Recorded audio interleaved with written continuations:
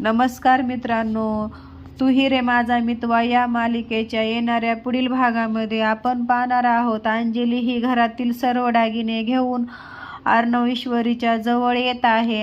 ईश्वरीला बोलते, आता उद्याच्या होणाऱ्या पूजेसाठी तुला हे सर्व दागिने घालून पूजेला बसायचे आहे. त्यावेळेस अर्णव बोलतो, हो, हे सर्व दागिने घालून.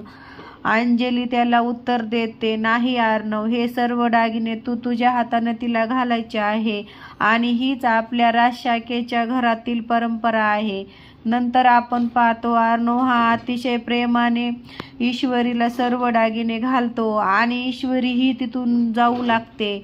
त्यावेळेस अर्णव तिचा हात पकडतो आणि बोलतो, सिंदूरच फक्त परंपरा नाही तर हा माझा हक्क आहे आणि माझा हक्क मी कधीच कोणाला देणार नाही.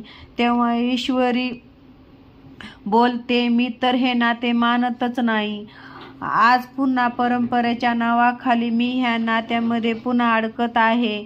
तेव्हा अर्णव तिला उत्तर देतो, तू जरी नाते मानत नसलीस तरी लवकरच मान्य करशील.